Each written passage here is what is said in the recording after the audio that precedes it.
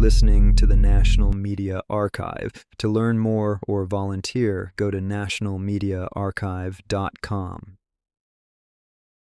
Have you ever wondered what it'd feel like to watch your entire life's work disappear overnight? Imagine being Linus Sebastian. Yes, the Linus Tech Tips guy with over 15 million subscribers, waking up at 3 a.m. to see your YouTube empire hijacked by hackers. Sounds like a movie, right? But this was real. Let's set the scene. 3 channels gone, years of tech tutorials and reviews all held hostage by cyber criminals. What happened next? Let's dive in. Now you might be thinking, was this just another prank or a technical glitch? Nope. This was a full-blown cyber attack, complete with digital break-ins and a frantic race against time. It's a scenario that highlights 2 major concepts: account compromise and disaster recovery. Account compromise is when someone gains unauthorized access. Think of it as a thief getting your house keys. Disaster recovery, that's your emergency plan, if you even have one. So why does this matter to you? Because if it can happen to Linus, it can happen to anyone. Let's peel back the layers and see how it all went down. Stick around, because what happened next exposes some shocking security gaps that everyone, yes, even you, should know about. So what did the hackers actually do once they had control? They didn't waste any time. They rebranded Linus's channels as Tesla, launched multiple live streams about Bitcoin and Elon Musk, and started deleting years of video content.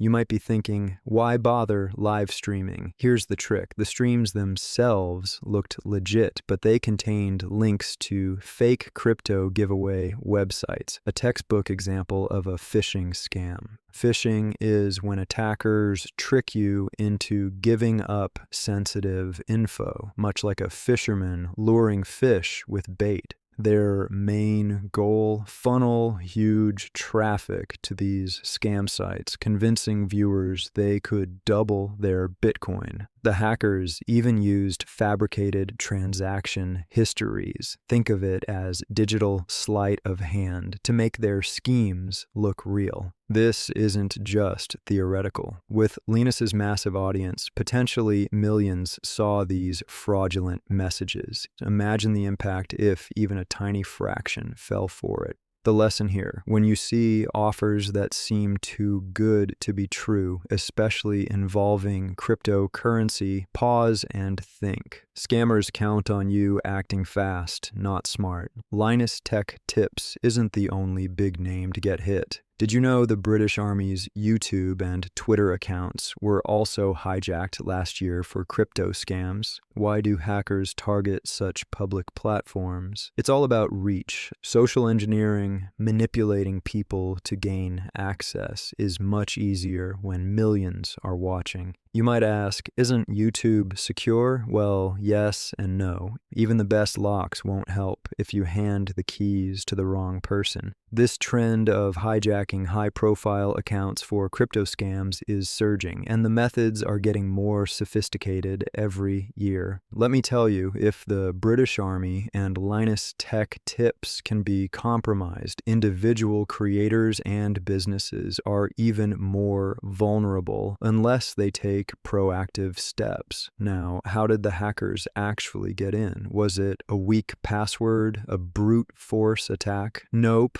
It was browser hijacking, a sneaky technique that targets your entire browser profile. Imagine your browser as a digital backpack, storing everything from passwords to cookies. Cookies, by the way, are tiny files that keep you logged in, and session tokens are like VIP passes to locked rooms. In Linus's case, a team member downloaded what looked like a normal sponsorship PDF. In reality, it was loaded with malware. Malware refers to any software designed to cause harm, sort of like a computer virus with a specific mission. Within seconds, the malware copied all the data from Chrome and Edge, effectively cloning the browser, including those precious session tokens. With these tokens, hackers didn't even need the password. They just waltzed right in. This method completely bypasses traditional login security, making it far harder to detect or stop in real time. Let's talk about that fake sponsorship email. Picture this. You get an email from what looks like a legit company offering you a partnership. There's a PDF attached, standard stuff, right? But this is where social engineering comes into play. Social engineering involves tricking people into breaking standard security protocols, much like a con artist sweet-talking their way past a guard. The PDF triggered malware, which then accessed everything stored in the browser: passwords, cookies, saved logins, even browser preferences. That's full spectrum compromise. Now, you might be thinking, how could anyone spot this? Truth is, these emails are getting so good, even experts get fooled. The branding, the sender's address, everything looked authentic. The real conflict here, the constant arms race between better phishing attacks and our ability to spot them. The resolution: always double-check attachments and never open files unless you're absolutely sure of their source. Let's dig deeper into session tokens, the unsung villain here. What is a session token? It's a unique code that tells websites you're already logged in. Think of it as an all-access backstage pass. When hackers steal session tokens, they bypass passwords entirely. No alarms go off, no two-factor authentication is triggered. It's silent, quick, and devastating. You might ask, why do websites use session tokens if they're so risky? Good question. They make browsing seamless, but if stolen, they're as dangerous as handing over your keys and alarm code. The attack on Linus's account shows just how effective this technique is. Since the malware grabbed everything from the browser, including tokens, the hackers walked right in. So what's the fix? Regularly clear your cookies, log out of important accounts, and use browser settings that restrict token storage. It's not foolproof, but it's a strong start. Imagine it's 3 a.m. and you realize you have no idea how to lock down your digital assets. That's exactly where Linus found himself, scrambling to reset passwords and revoke access across 3 major channels. This exposes a critical concept: disaster response protocols. In cybersecurity, these are detailed plans for what to do when things go wrong. Think fire drills, but for your digital life. Linus admitted their team didn't have clear processes, which slowed the recovery. Roles weren't defined, and nobody knew who was responsible for what in a crisis. Now, you might be thinking, don't most big channels have this figured out? Not always. Many rely on informal habits rather than documented procedures. The takeaway, whether you're a solo creator or a business, set up a disaster recovery plan now. Assign roles, rehearse scenarios, and don't wait for a 3 a.m. wake-up call to realize you need one.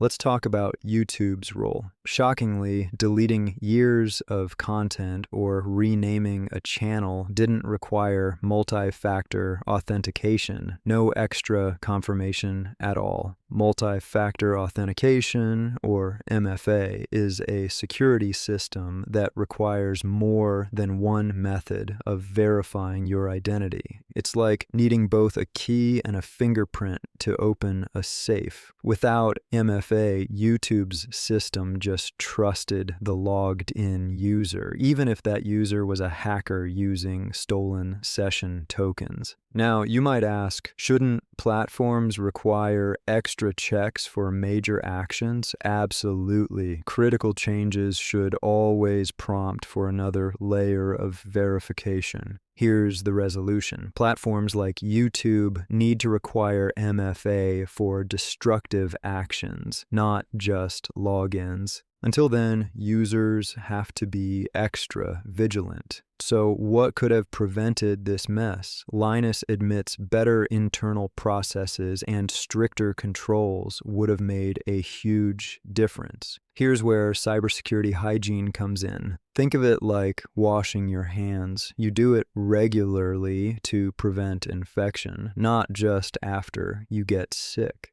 Key habits: never download attachments from unknown sources, use password managers, enable MFA everywhere, and regularly audit who has access to your accounts. You might wonder, isn't this overkill for small creators? Absolutely not. Hackers target everyone, and automated tools make it easy to scale attacks. Bottom line, invest in your digital security now before you become the headline. What's next for YouTube and creators after incidents like this? The answer is clear. Platforms need to rethink their security architecture. One promising approach is zero trust security, which treats every login and action as suspicious until proven otherwise. Think of it like airport security. Everyone gets screened no matter how familiar they are. We also need better user education. Too often, creators aren't aware of the latest threats, leaving them exposed to evolving tactics like spear phishing, targeted, personalized attacks that are much harder to spot.